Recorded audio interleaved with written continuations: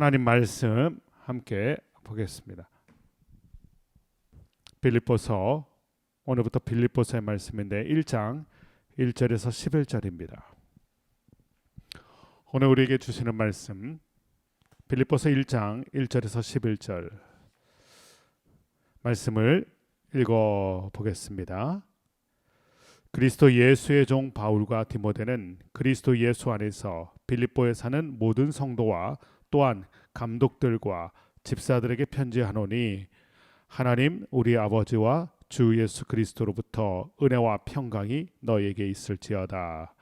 내가 너희를 생각할 때마다 나의 하나님께 감사하며 간구할 때마다 너희 무리를 위하여 기쁨으로 항상 간구함은 너희가 첫날부터 이제까지 복음을 위한 일에 참여하고 있기 때문이라.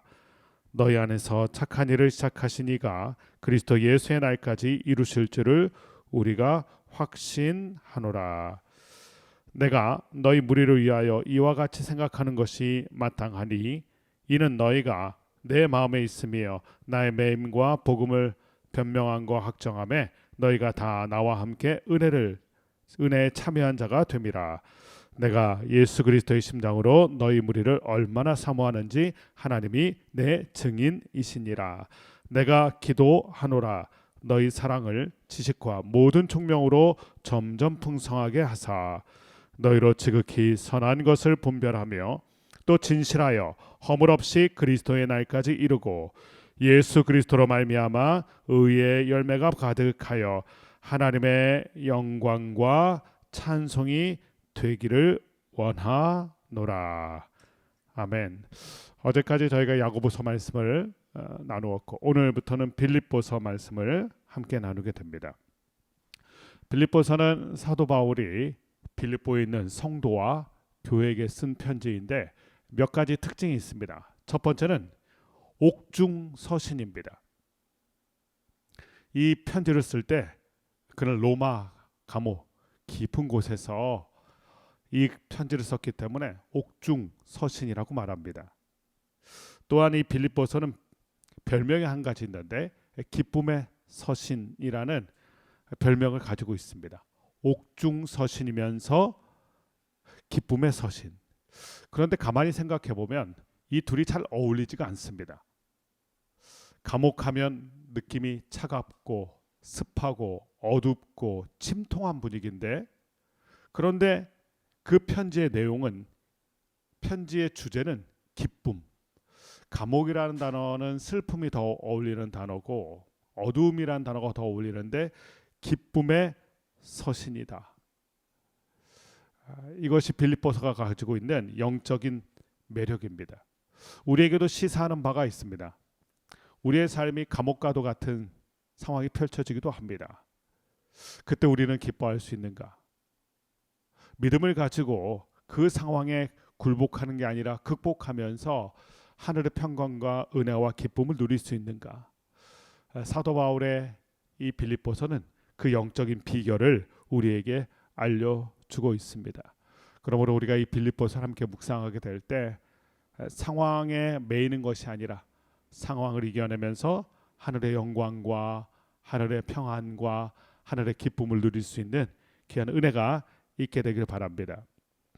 특별히 이 빌립보라는 지역에 사는 성도와 교회에게 편지를 한 것인데, 사도 바울이 빌립보와 연결되는 아주 특별한 사건이 있었습니다. 그의 전도 여행 때 사실은 이 바울이 빌립보로 가기를 원하지 않았습니다. 바울의 행선지가 될 뻔했던 곳은 에베소였습니다. 그는 에베소에 가서 소아시아의 중심지로 가서 복음을 전하기 원했는데 하나님께서 방향을 트셨습니다. 간밤에 꿈을 꿀 때 그 꿈에서 하나님께서 개입하셔서 마게도냐로 건너와서 우리를 도우라, 환상을 보게 됩니다.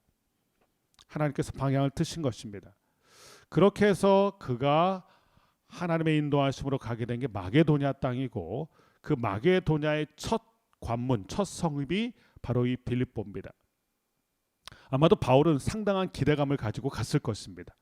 하나님이 가라고 하신 곳이니까 그곳은 준비된 영혼이 있고 준비된 사역이 있고 또 아름다운 하나님의 사역이 펼쳐질 것이다. 그런 기대감이 컸을 것입니다. 그런데 막상 가보니까 아무것도 없었습니다. 분명히 하나님의 인도하심이 있었던 곳이고 하나님 환상까지 보여주면서 가라고 하신 땅이었는데 가서 보니까 아무도 없습니다. 만날 만한 사람도 없고 복음을 전할 기회도 없고 마중 나온 사람도 없고 그래서 하는 수 없어서 사도 바울과 일행들이 사람들이 있는 곳으로 찾아가기 시작했는데 강가에 갔다가 거기서 두아디라 출신의 자주장사 루디아를 만나게 됩니다. 그리고 루디아의 집에서 어떻게 보면 초라하게 교회가 시작이 됐는데 그게 바로 빌립보 교회입니다. 그렇게 시작이 작게 시작되었지만 아름답게 성장하고 또 성도들로 만들어진 공동체가 빌립보 교회입니다. 이 빌립보 교회에게 편지를 쓰는 것입니다. 이러한 배경 속에서 자, 그 빌립보 교회에게 쓴 첫 번째 메시지가 1절 2절인데 이렇게 되어 있습니다. 그리스도의 종 예수의 종 바울과 디모데는 아주 1절에서 중요한 두 단어를 발견하게 되는데 첫 번째가 종이라는 단어입니다. 종의 특징이 있습니다. 종은 마음대로 결정하지 않고 늘 주인을 살핍니다. 종에게는 주인이 가장 중요합니다. 저와 여러분에게는 누가 가장 중요할까요? 우리가 예수님의 종이라면 우리는 늘 예수님을 생각하게 됩니다. 종은 주인의 허락 없이는 아무것도 하지 않습니다. 주인의 명령 없이는 아무것도 하지 않습니다. 종의 모든 것은 주인에게 달렸습니다. 사도 바울이 그런 마음으로 사역했던 것입니다. 내 삶의 주인은 예수 그리스도다. 난 예수님의 종이다. 그래서 무슨 일을 하든지 무엇을 하든지 주인 대신 그분의 허락을 받고 또 그분의 지시를 받고 또 그분을 살피면서 일했던 것입니다. 이게 바로 종된 성도와 교회의 자세일 것입니다. 두 번째는 빌립보에 사는 모든 성도와 감독들과 집사에게 편지한다라고 되어 있습니다. 바울의 마음 가운데 이 빌립보 교회가 비록 떠나왔지만 잊혀지지 않았던 동역자였던 것입니다. 참된 동역자, 동역의 관계. 그래서 그는 빌립보를 생각하고 빌립보를 위해서 이 편지를 쓰게 된 것입니다. 그러면서 인사를 하는 장면이 나오는데 주 예수 그리스도로부터 은혜와 평강이 너에게 있을지어다. 은혜와 평강은 누구로부터 옵니까? 주 예수 그리스도로부터. 누구나 은혜를 원합니다. 누구나 평강을 원합니다. 우물에 가야 물을 찾게 되듯이 그 은혜와 평강을 우리가 맛보려면 언제나 예수 그리스도와 연결이 되어 있어야 됩니다. 전기를 원하면 전선을 통해서 전기를 얻듯이 우리가 은혜와 평강을 원하면 늘 그 원천지인 예수 그리스도에게 연결되어 있어야 됩니다. 오늘도 예수님 품 안에 있어서 우리가 그 은혜와 그 평강이 있게 되길 바랍니다. 이것이 사도 바울이 빌립보에게 전했던 사랑의 인사입니다. 그 이후에 빌립보 교회에게 이제 본인이 정말 원했던 말들을 메시지들을 전하고 있는데 3절 4절을 먼저 보면 너희를 생각할 때마다 또한 간구할 때마다 기쁨으로 간구하게 된다. 빌립보 성도를 위한 그 마음이 끊어지지 않았던 것입니다. 세상에서는 out of sight, out of mind라는 얘기를 합니다. 시야에서 멀어지면 마음도 멀어지죠. 그런데 전혀 멀어지지 않았던 이 관계 왜 그럴까요?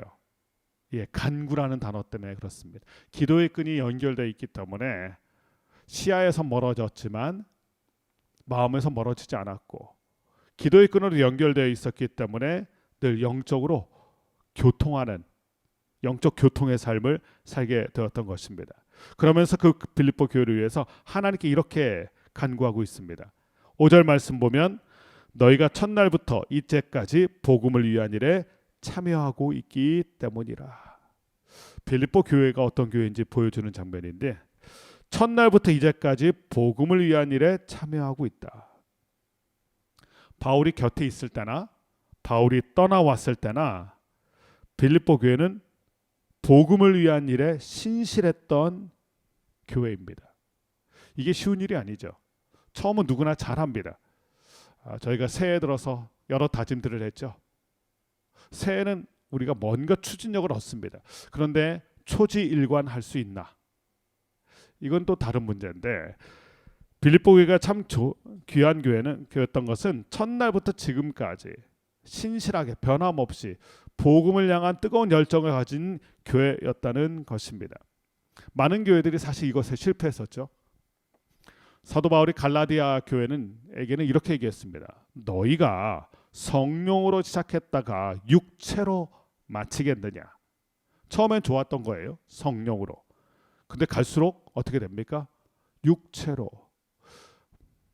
은혜로 시작했다 율법으로 돌아갔던 그 갈라디아 교회의 모습을 사도 바울이 안타까워했던 것입니다. 고린도 교회는 어떻습니까? 예수 그리스도, 몸된 예수 그리스도로 한 몸으로 시작했던 교회가 마치 사색 당파처럼 분열된 교회의 모습을 또한 보여주지 않았습니까? 근데 빌립보 교회는 사도 바울이 이렇게 얘기합니다. 너희는 처음부터 지금까지 한결같구나. 변함이 없구나. 그 복음의 모습을 잘 간직하고 있구나. 이게 빌립보 교회입니다. 저도 여러분도 이 빌립보 교회의 모습이 우리에게 본이 되어서 처음과 나중에 한결같은 변질되지 않고 늘 주님 안에서 신실함을 가지는 성도와 교회가 되보기를 이 말씀을 통하여 다짐해보게 됩니다. 두 번째는 6절 말씀 보면 너희 안에서 착한 일을 시작하신 이가 그리스도 예수의 날까지 이루실 줄을 우리는 확신하노라. 착한 일을 시작하신 이가 예수 그리스도고 그분께서 이루실 것이다.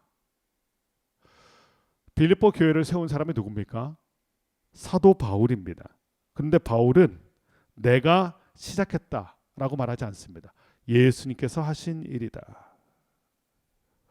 자주 우리가 착각하는 게 내가 했다라는 착각 속에 빠지게 됩니다. 내가 빌립보 교회를 위해서 수고했다.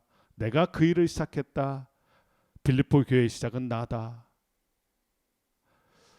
그러나 사도 바울은 얘기합니다. 빌립보 교회의 시작은 내가 아니다. 착한 일을 시작하신 이가 예수 그리스도다. 나 아니면 안 된다는 생각을 버려야 됩니다. 내가 했다는 생각을 버려야 됩니다. 모든 것의 시작은 예수 그리스도고 그것을 이루어 가시는 분도 예수 그리스도입니다. 그러므로 처음부터 끝까지 우리에게서 예수님을 보여야 됩니다. 착한 일을 시작하신 일도 예수 그리스도시고요. 그것을 이루시는 분도 예수 그리스도. 예수 그리스도만이 우리의 알파와 오메가가 되십니다. 이게 빌립보 교회입니다. 세 번째 빌립보 교회를 보면 7절 말씀 보면 아주 귀한 단어가 나오는데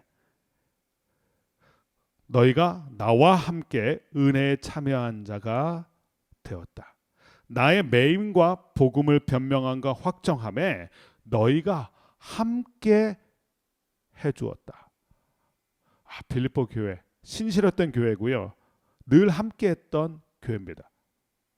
특별히 매임이란 단어가 나오죠. 사도 바울이 감옥에 갇힌 상태입니다. 좋을 때는 괜찮을 때는 모르지만 그가 힘들어지고 외롭고 어려울 때는 진짜 모습이 드러납니다. 바울이 고독하고 힘들 때 그때 바울과 함께 해주었던 교회가 빌립보 교회입니다. 진짜는 위기 때 나타납니다. 위기 때 그와 함께 있는가? 그가 매였을 때 그와 함께하고 있는가? 그가 어려울 때 그와 함께 참여한 자가 되는가?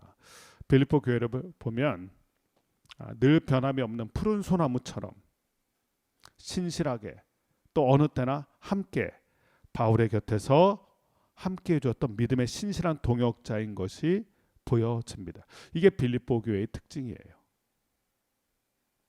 그 빌립보 교회를 위해서 오늘 말씀 보면 바울이 했던 게 있어요. 오늘 말씀의 8절을 보면 그가 이런 뜨거운 고백을 빌립보 교회에게 합니다.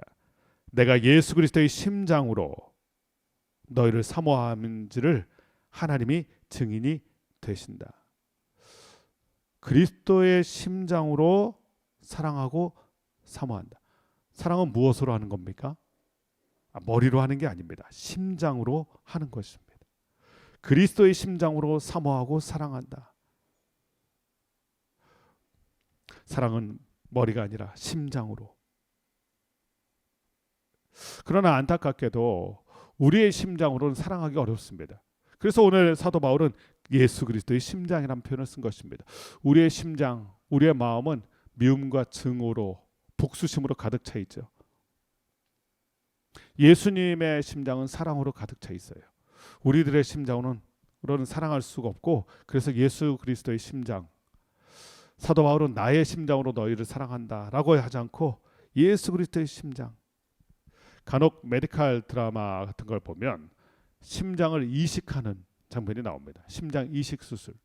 그러면 이식된 그 심장이 아주 활발하게 뛰는 게 보여져요. 마치 그런 것처럼 우리가 진실하게 사랑하려면 우리가 영적으로 예수님의 심장을 이식 수술 받아야 돼요. 예수님의 마음이 우리 가운데 흘러 들어와야 됩니다. 예수님의 그 사랑이 우리 가운데 흘러 들어와야 됩니다. 그래야 우리가 진실로 사랑할 수 있게 됩니다. 사도 바울은 이 고백을 하는 것입니다. 내가 예수 그리스도의 심장을 가졌고 그 심장으로 너희를 뜨겁게 사랑하고 있다. 그러면서 고백하기를 9절 말씀 보니까 내가 기도하노라. 깨닫는 게 있어요. 사랑해야 기도하게 됩니다. 사랑 없으면 기도가 안 돼요. 내가 그 영혼을 사랑하기 때문에, 내가 그 민족을 사랑하기 때문에, 내가 그 교회를 사랑하기 때문에 기도하게 된다. 당시 사도 바울의 상황이 열악했습니다. 옥중서신, 감옥에서 쓰는 편지이기 때문에 모든 게 불편했겠죠. 그런데도 사랑을 잊지 않고 있었고 그 사랑 때문에 중보 기도할 수 있게 되었어요. 이것이 우리에게 큰 도전을 줍니다. 자, 그 기도의 핵심이 무엇인지를 보십시오. 너희에게 사랑이 더 풍성해지기를 위해서 기도한다. 빌립보 교회가 참 모범이 될 만한 교회였고요. 그 교회를 위해서 예수 그리스도의 심장으로 기도하게 되었는데 그 기도의 핵심이 무엇이냐면 너희가 사랑이 풍성하게 되기를 바란다. 자, 본질을 발견하게 됩니다. 교회의 본질은 사역이 아니라 사랑입니다. 너희가 더 많은 일을 하기 바란다. 이런 기도 제목이 아니었어요. 너희 가운데 정말 예수님의 사랑이 풍성하기를 원한다. 모든 것의 원천, 근본은 사랑입니다. 사역도 사랑에서 나와야 돼요. 그러므로 본질은 사역이 아니라 사랑입니다. 이 본질을 붙들어야 됩니다. 사도 바울은 이 본질을 붙들고 이 본질이 풍성하도록 중보기도 했던 것입니다. 이 빌립보 교회는 사랑이 참 많았던 교회입니다. 그래서 감옥에 갇혀 있던 바울을 위해서 에바브로디도를 보내서 옥바라지를 할 정도로, 사도 바울의 옥바라지를 할 정도로 이 빌립보 교회는 참 사랑이 많았던 교회예요. 그런데 바울은 거기서 멈추지 마라. 계속해서 끊임없이 샘솟는 샘물처럼 그 사랑이 더욱더 많아지고 풍성해지길 원한다. 우리가 다다익선이라고 많이 얘기하죠. 다다익선, 풍성할수록 좋은 것, 그것이 바로 예수님의 사랑입니다. 안타깝게도 성경을 보면 그 사랑을 잃어버린 교회들이 많이 나와요. 대표적인 게 요한계시록 2장 4절에서 예수님이 얘기하셨던 너희가 처음 사랑을 버렸느니라. 에베소 교회. 에베소 교회를 주님께서 얘기하실 때 너희가 사랑을 버렸다. 눈 씻고 찾아봐도 그 교회에 사랑이 없는 거예요. 그렇게 안타까운 모습으로 변질된 교회 모습도 있어요. 우리가 깨닫는 게 있어요. 교회의 본질이 사랑이고요. 교회는 사랑을 잃어버리면 모든 걸 잃어버리게 되는 것입니다. 교회 동력이 바로 사랑이에요.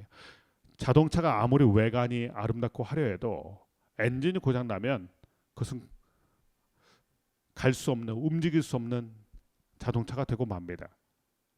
교회 엔진이 바로 이 사랑입니다. 사랑이 있어야 움직일 수 있어요. 그래서 오늘 빌립보 교회를 향하여서 계속해서 사랑 고백을 하면서 또한 빌립보 교회가 사랑이 더 풍성해지기를 원한다. 사랑이 풍성할 때 나타나는 반응들이 있어요. 10절 말씀 보면 너희가 지극히 선한 것을 분별하게 된다. 영적 분별력이 어디서 나옵니까? 그리스도의 사랑에서 나옵니다. 사랑 때문에 분별하게 돼요. 그리고 11절 말씀 보면 의의 열매가 가득하게 된다. 사랑으로 행하는 것만이 의의 열매에 이르게 됩니다. 사랑으로 일해야 의의 열매를 거둘 수 있습니다. 사랑이 풍성해야 영적 분별력이 생기고요. 사랑으로 일을 해야 의의 열매를 거두게 됩니다. 그래서 사도 바울은 빌립보 교회에게 이 사랑이 풍성해지기를 그토록 간구했던 것입니다. 오늘 빌립보 교회에게 보낸 편지를 시작하면서 오늘 큐티 제목, 첫 번째 큐티 제목은 이렇게 적혀 있는데, 큐티 제목이 이렇게 기록되어 있는데, 그리스도의 심장으로 섬기는 사역자. 열악한 상황에 있었지만 사도 바울은 사랑을 잊지 않고 있었습니다. 또 그 사랑 때문에 하게 된 게 기도고요. 그 기도의 핵심은 또한 사랑이었습니다. 어떻게 보면 영적인 선순환이죠. 사랑으로 기도하게 되고 그 기도 때문에 또한 사랑이 풍성해지고 그 풍성한 사랑 때문에 영적 분별력과 의의 열매를 가지고 아름답게 쓰임받는 교회의 모습. 오늘 이 말씀을 잘 기억하여서 우리에게도 이 귀한 예수 그리스도의 심장이 우리의 마음 가운데 있게 되길 바라고, 이 심장 때문에 우리가 누군가를 위해서 기도하게 되길 바라고, 그 기도의 핵심은 사랑이 되는 귀한 은혜가 있게 되기를 주님의 이름으로 간절히 축원합니다.